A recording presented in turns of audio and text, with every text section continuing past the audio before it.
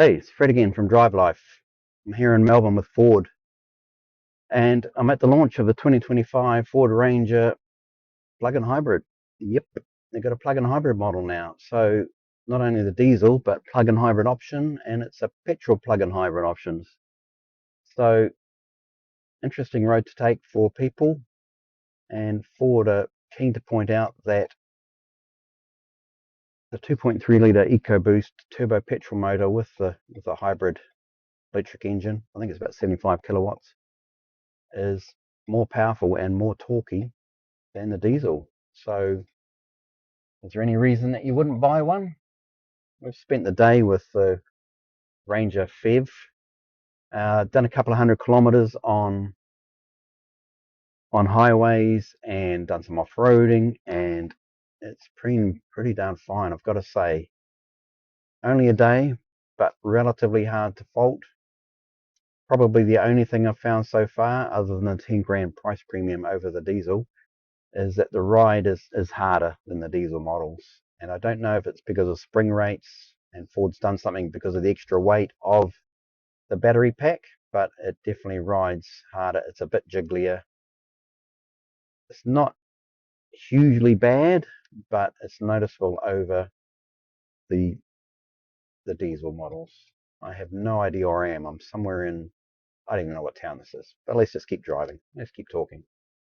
So 3 models in New Zealand. If you want to go and have a look at the specs and prices, just click on the link in the description and it'll take you to the written article on the Drive Life website with those details.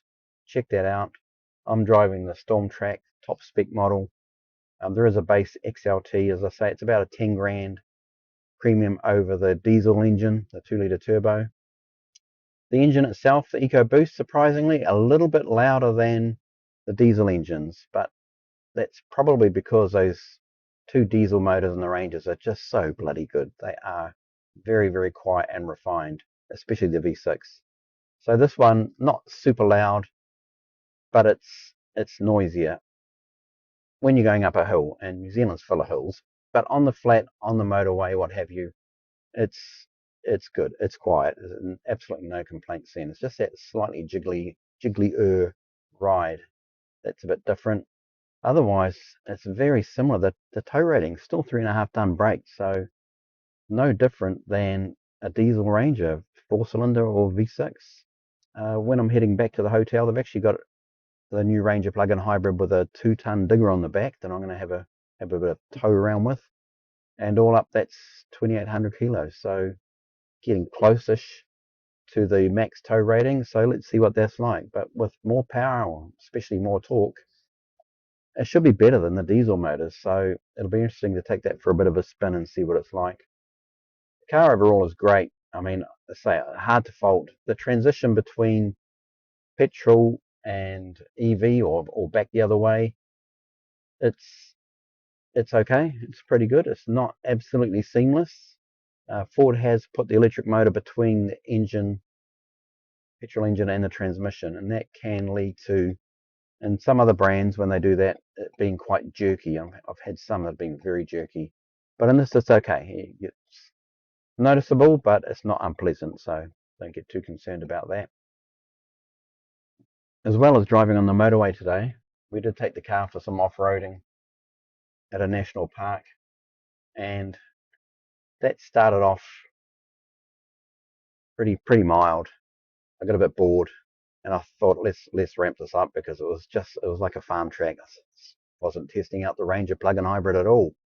But it went from mild to wild really quickly, and within 100 meters we were going over rocks, down incredibly rocky slopes, to the point where I was using hill descent control at 2 kilometers an hour because we couldn't go any faster. It was gnarly, really gnarly. So surprisingly, maybe not, the Ranger plug-in hybrid just nailed it. It did brilliantly. We did have diff lock on at some points going back up that same slope. We had low range on at times, and it did really well. I was quite impressed. We had a few streams we had to go through. I'll stick some of the footage up so you can see it. And it was impressive. I didn't think it would be that good. I thought with the extra weight it would struggle, but it didn't really struggle. A few drivers, Australians, Had to have a few goes up some of the hills because they couldn't get on the first go, but it was impressive and only a short trip, but it felt like a good test of the Ranger plug-in hybrid, and it nailed it. It did brilliantly. Of course, one of the benefits that comes from having a plug-in hybrid is the ability for most manufacturers to allow people to plug in electric devices. So Ford has got, let me get it right, Power OnBoard, PPOB. And so that allows you to plug in 230-volt devices into the box in the tray, basically.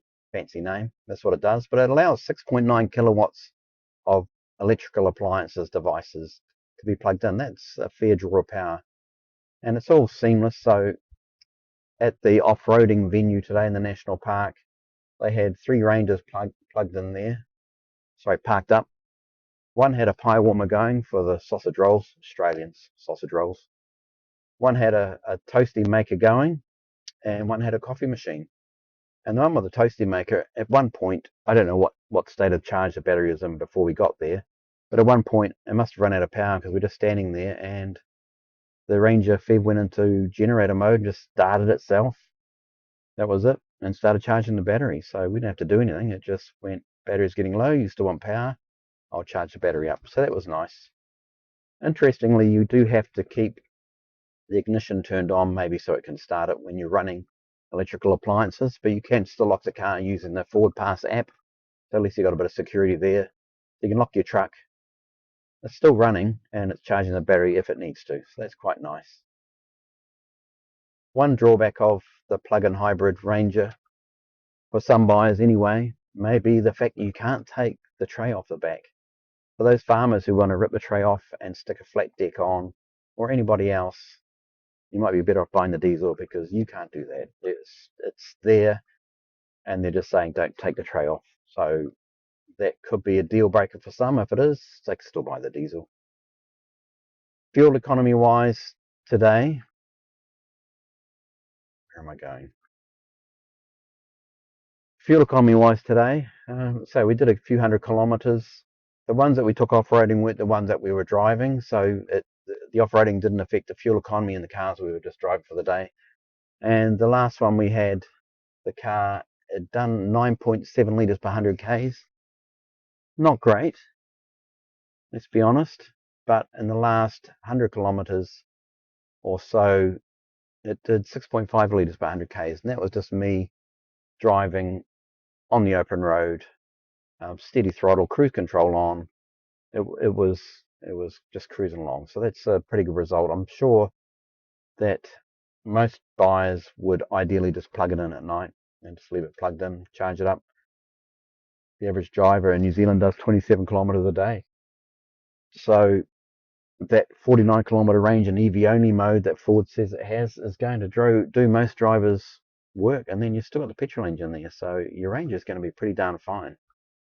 The range on the one that we drove today, when we got in it, was on petrol 846 kilometres, plus I think it had about 45 it said on EV only mode. Fantastic. So I'm trying to find the entrance to the hotel and I am completely lost. I have no idea where I'm going. I must be over here. So that's it. Got another day tomorrow. Let's see how that goes. I think it's some more off-roading and some more on-road driving. Fantastic. And we look forward to getting one for review. Bye for now. Hey, it's Fred from Drive Life. This is day 2 of the 2025 Ford Ranger plug-in hybrid PHEV launch. We're at the AARC. It's a 1,000 hectare proving grounds, if you like, with all different sorts of tracks. Obviously today we're on the off-road track. We did the national park yesterday, which was quite gnarly. Today we've been doing some gradients and hill descents.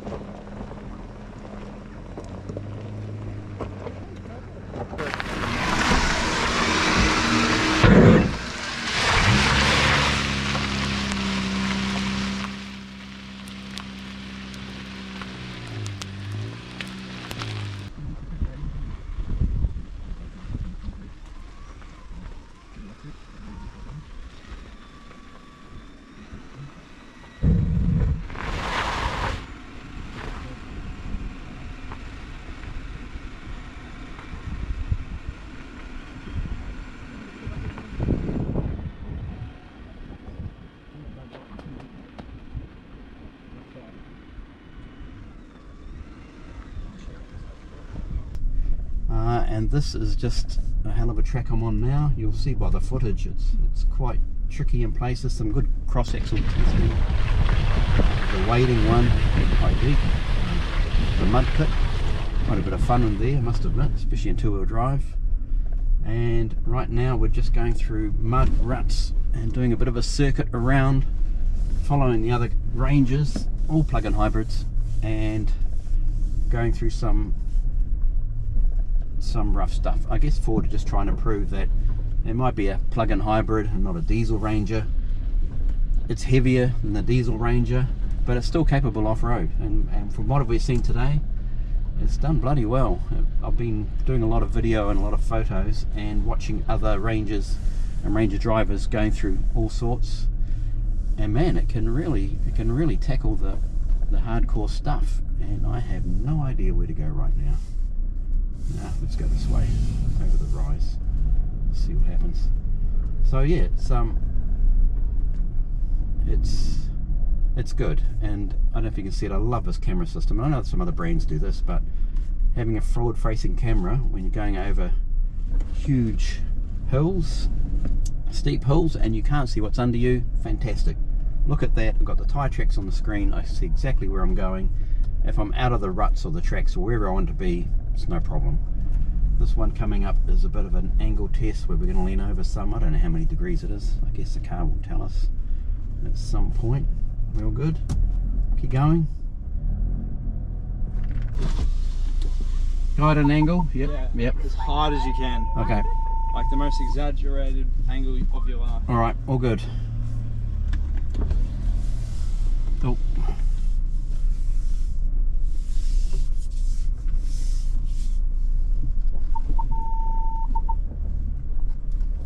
Alright, we're getting into the water now. It's quite a steep drop, so we're taking a massive angle to get them so I don't scrape anything, and yeah, I did not. A few of the Aussies have, but we won't talk about that. This water is 6 feet deep, so that's pretty deep. I can hear it splashing up around the doors. If from the outside you can see it, it's going on around the door seals down the bottom of the doors, and yeah, it's just cruising. I wants me to take a sharp angle out because it is pretty rugged here, but we will get there. Can't see what he's doing now, but I can on the camera. Down that way.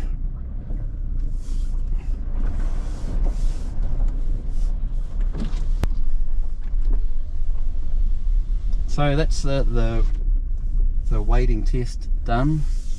We're going to head back to Melbourne airport very shortly, but it's been a great day today. After yesterday's off-roading bit in the national park, I thought, well, what are we going to do today? But it's been really different today.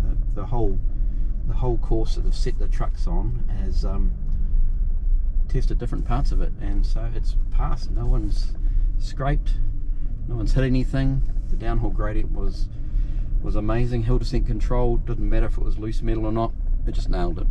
So all in all, without taking it off-road for a week and really punishing this Ranger hybrid, it's really impressive.